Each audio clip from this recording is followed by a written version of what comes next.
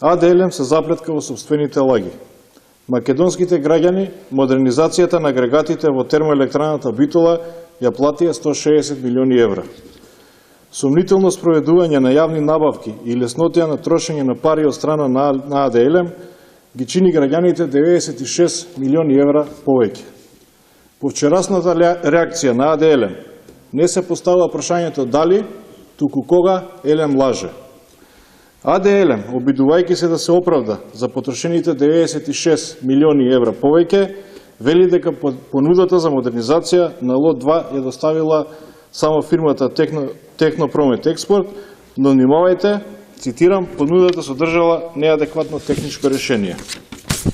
Ова е дел од извештајот на Комисијата за евалуација на понудите за оваа набавка. Во неа недвосмислено пишува, значи ова е официјален документ од АД Елем, техничката понуда е прифатлива и за финансискиот дел, ако е можно да се бара одредено намалување до 20%. Значи, повторувам, техничката понуда е прифатлива. Сега се поставува прашањето, дали ако ја намалеа цената за 20%, тогаш понудата ќе беше технички прифатлива. Зошто, кога ја објавија втората набавка за модернизација на котли, како причина за поништување на првата набавка, наведувате дека е тоа понуда со нереална висока цена и дека тоа е причина за да не се изврши избор. Евеа објавата на вториот тендер, изваден од Бирото за јавни набавки, каде што недвосмислено пишува. Бидејќи за лот 2 беше доставена само една понуда и тоа со нереално висока цена, во овој дел не се врши избор на најповолна понуда. Значи, причината за поништувањето на тендерот е нереално високата цена од 27 или 28 милиони евра, а веројатно изборот на изведувач за 104 милиони евра е реално ниска цена. Зошто во последната фаза влеговте во ценкање со цената, доколку, како што велите во вашето соопштение, кажувате дека оваа компанија не ги исполнува техничките карактеристики? Кога лажете?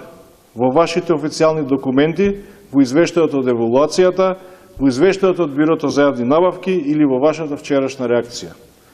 Не ги извртува фактите СДСМ, туку АД Елем бесрамно лаже. Доколку се прифатеше оваа понуда, до 2012 година ќе беше завршена комплетна модернизација и автоматизација на РЕК Битола. Оваа година се вршеше модернизација на котлите на еден од блоковите во РЕК Битола и тој блок не работеше 3 месеци.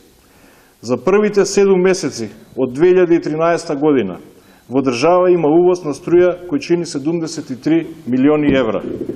Логично е дека увозот на струја ќе беше значително помал ако овој блок работеше.